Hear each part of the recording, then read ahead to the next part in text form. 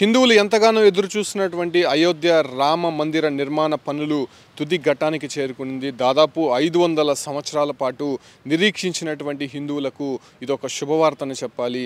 పూర్తి స్థాయిలో అయోధ్య ఆలయ నిర్మాణ పనులు జరిగినటువంటి నేపథ్యంలోనే అక్కడ ఈ నెల 22న ఆలయంలో శ్రీరాముని దర్శించుకునేందుకు అన్ని ఏర్పాట్లు కూడా ఇప్పటికే పూర్తి చేశారు అక్కడ ఉన్నటువంటి ఆలయ ట్రస్ట్ మెంబర్లు. అయితే బలరాముడికి వెంకటేశ్వర స్వామి లడ్డూలను నైవేద్యంగా పంపించడానికి ఇప్పటికే టీటీడీ సంకల్పించింది.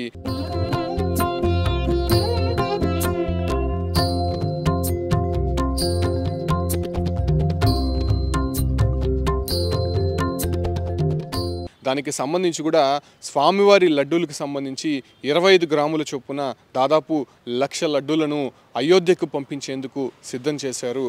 తిరుమలలోని సేవా సదన్లో ఒక 350 మంది సేవకులతో ఆ లడ్డూలను ప్యాక్ చేయించి ఈ ఒక వాహనాల్లో ఇవాళ పంపించేందుకు టీటీడీ సిద్ధం చేసింది.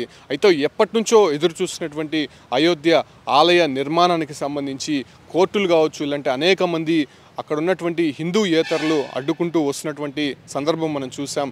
ఎట్టకేలకు కోర్టు తీర్పుల నేపథ్యంలోనే అతి వేగంగా జరిగినటువంటి ఆలయ నిర్మాణ పనులకు వివిధ ప్రధానమైనటువంటి దేవస్థానాల నుంచి కూడా అటు బలరాముడికి పంపించాల్సినటువంటి విరాళాలు కావచ్చు, లేదంటే ఆ రూపంలో ప్రసాదాలు అందుతున్నటువంటి విషయం మనకు తెలిసిందే.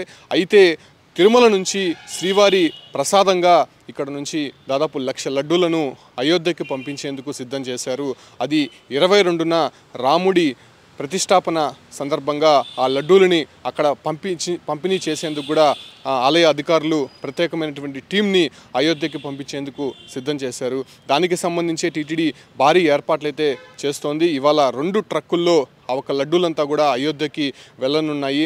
అక్కడ 22వ తారీఖు నుంచి అక్కడకు అయోధ్యకి వచ్చేటువంటి ప్రముఖులకు కావచ్చు, లేదంటే అక్కడ వచ్చేటువంటి భక్తులకి అందించేందుకు టీటీడీ సిద్ధం చేసింది. అయితే రామ మందిర నిర్మాణానికి సంబంధించి ఇప్పటికే అటు కేంద్ర రాష్ట్ర ప్రభుత్వం కూడా ప్రతిష్టాత్మకంగా తీసుకున్నటువంటి సందర్భంగా రామమందిర విగ్రహ ప్రతిష్టాపనకు కూడా అటు టీటీడీ నుంచి కూడా ప్రత్యేక ఆహ్వానం అందినటువంటి పరిస్థితుల్లో ఇక్కడ నుంచి కూడా ముఖ్య అధికారులు కావచ్చు, లేదంటే పాలక మండలి సభ్యులు కూడా అక్కడికి వెళ్ళి రాముడి విగ్రహ ప్రాణ ప్రతిష్టకు సంబంధించినటువంటి కార్యక్రమంలో పాల్గొనేందుకు సిద్ధమైనటువంటి పరిస్థితి.